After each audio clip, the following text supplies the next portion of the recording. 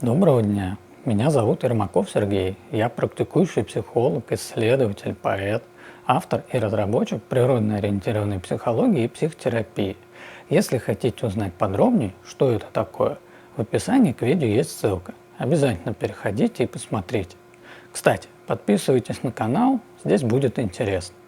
А сегодня в продолжение цикла видео, посвященных творчеству, которые вы можете посмотреть в специальном плейлисте, я расскажу вам о своем первом поэтическом сборнике, который называется «Вне времени». Когда я писал стихотворения, ставшие позже частью этого сборника, я еще не знал, что какой-то сборник когда-то вообще в принципе будет. Поэтому материал получился максимально разноплановым, вобравшим в себя работы, написанные за 10 лет, с 2002 по 2012 годы. Сборник включает мои первые поэтические шаги, романтизм юности и самый первый опыт осмысления себя, мира и себя в мире. Глядя на многие из этих стихотворений сегодня, я думаю, что, может быть, в чем-то я был даже более смелым, нежели сейчас. Да, безусловно, моя поэзия тех лет более простая, даже иногда примитивная, но тот, кто ее создавал, делал все, что мог, и, в принципе, вообще не задумывался о качестве там, или смыслах своих стихотворений. Вот за эту беззаботность и искренность я всегда буду ему благодарен, то есть себе прежнему. В видео о нюансах творческого процесса я сказал, что пишу не столько о себе и своей жизни, сколько о мире в целом, каким он мне открывается через процессы слияния. Но это все же станет актуальным позже. А вот в своих первых сборниках, я думаю, даже в первых 4, а может быть и в первых 5 даже, значительное количество стихотворений все-таки касаются личной истории. Название, а точнее имя «Вне времени» появилось не сразу, а лишь на этапе отбора конечного материала для сборника.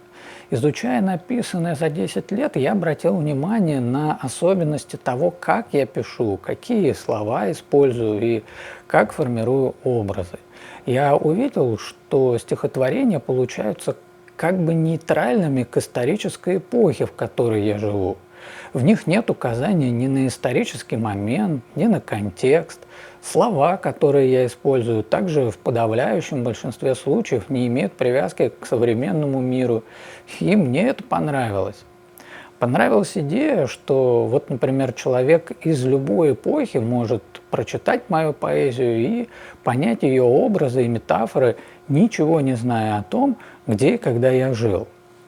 И, на мой взгляд, это большой плюс, потому что, читая, например, классическую поэзию, мы часто сталкиваемся с описанием того, что не понимаем и о чем не знаем, потому что вот эта поэзия имеет привязку к эпохе на уровне языка, которым она была написана. А появлению моего первого сборника я обязан моей подруге, армянской художнице Оливии Адамян. Ссылка на ее инстаграм есть в описании к видео. Я познакомился с ней в соцсетях, и, увидев ее картины, мне пришла в голову идея, что можно хорошо и удачно дополнить мои стихотворения образами, которые Оливия создавала на своих картинах. Вот так, собственно, и родилась у нас с ней вместе идея создания сборника. К сожалению, издать сборник, иллюстрированный картинами Оливии, не удалось. Вот зато нам удалось сохранить дружбу, которую мы поддерживаем и по сей день. Оливия, если вдруг это посмотришь, тебе привет. А в завершении я сделаю 2 вещи, которые станут традициями. Во-первых, я скажу, что сборник «Вне времени» все-таки был издан, но гораздо позже, в 2018 году, в электронном виде на платформе Litres. Ссылка на сборник есть в описании к видео. Обязательно переходите и скачивайте.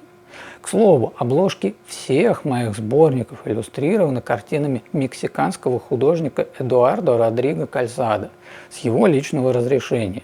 Ссылка на его инстаграм тоже будет в описании к видео.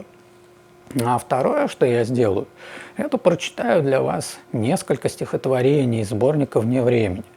И всегда буду напоминать, что я так себе чтец стихов, так что, что прочитаю, как получится. Стихотворение называется «Один и единственный». Один и единственный миг. Все всегда решается в нем. Плачем мы или смеемся, кем мы были, куда дальше пойдем. Взлетаем ввысь или падаем вниз, смеемся или от боли скорбим. Наблюдаем за полетами птиц, видим сны или просто бежим. Все вопросы, мечты и сомнения, все, что могло быть и чего ты достиг, в этой точке безмолвной сходятся в тот один и единственный миг. Следующее стихотворение называется «Будь живым». Ты взгляни в свое окно, пока там есть еще хоть что-то, пока деревья есть вокруг тебя, пока забор не заменил собой свободу. Послушай гром и насладись грозой, позволь себе под ливнем прогуляться, позволь себе стать тем, кем был рожден, тем человеком, что умел смеяться. Ты выкини из памяти тот серый мир, что заменяет постепенно для людей природу. Покинь бетонный дом и обрети свой путь. Вперед тебя пусть поведет погода. Вот это было такое стихотворение. И еще, пожалуй, парочку. Вот следующее стихотворение называется «Искривление времени». Тонкая грань между тенью и светом, что держит нас в поле сознания, может в один миг во сне раствориться и разорвать привычных связей названия.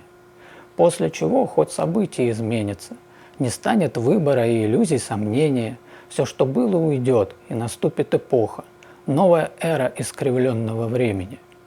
Никто не заметит, не оставит свой след на стрелках часов, что застыли навечно, и продолжит падать в воронку времен, так же слепо и по-детски беспечно. Это вот, к слову, стихотворение, вдохновленное творчеством Дельфина. И одно из романтических стихотворений того времени, оно называется «Берег родной реки».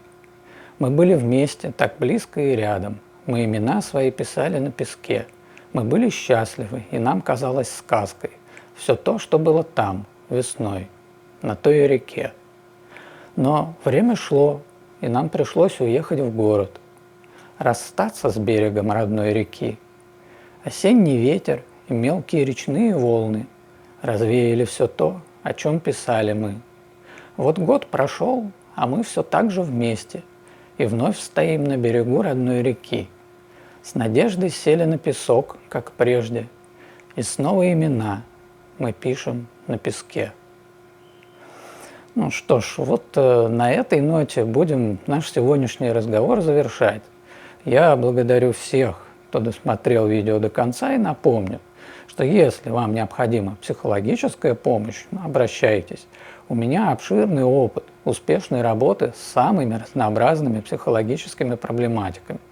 А под этим видео вы найдете несколько полезных ссылок обо мне, а я желаю вам всего наилучшего и говорю до встречи!